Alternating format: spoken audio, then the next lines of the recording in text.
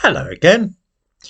I am honestly a little baffled at the latest suggestion that there was a lot of racial prejudice directed against the woman who used to be in an American television series and then married the man who is third in line for the British throne. I honestly would never have guessed in a million years that she was supposed to be black. And when first I saw her photographs in the newspapers, I assumed that she might be of perhaps Italian or Spanish ancestry.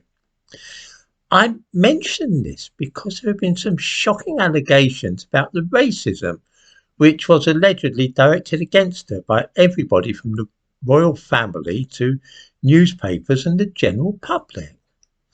Looking at the thumbnail to this video, I can truthfully say that she looks as white as the Prince of Wales' wife. Whenever did you see a black woman who had freckles visible? This is really odd. The problem is that racism is such a useful accusation, one which nobody likes to challenge when it is used by somebody claiming to be of African heritage, that we are all in the habit of bowing our heads sorrowfully and acting as though we feel for the victim's pain.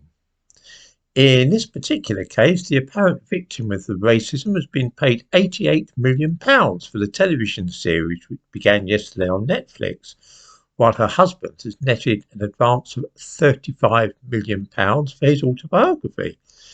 Add to that the £10 million left to him by his mother, and one cannot help but suspect that an awful lot of people would love to be victimised in such a lucrative way. I have a faint hope that the whole racism racket might soon be reaching its peak, with a decline perhaps following that, we must hope.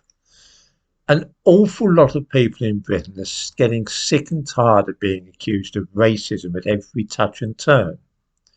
In this present case, to see this actress and her husband claiming that people hated her because of the colour of her skin is absolutely bizarre.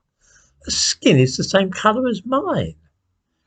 If people are finding her irritating now, it has nothing to do with her supposed ethnicity. It is because she is a self-obsessed and vacuous woman who does not appear to have anything interesting or worthwhile to say. I will now confess that to oblige my wife, I sat through the first hour of the new series about Megan Markle and her husband, which began yesterday on Netflix.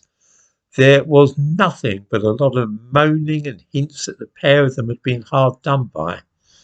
I wish I could be that hard done by. Roll on peak racism so that we can start getting rid of this pernicious modern fad.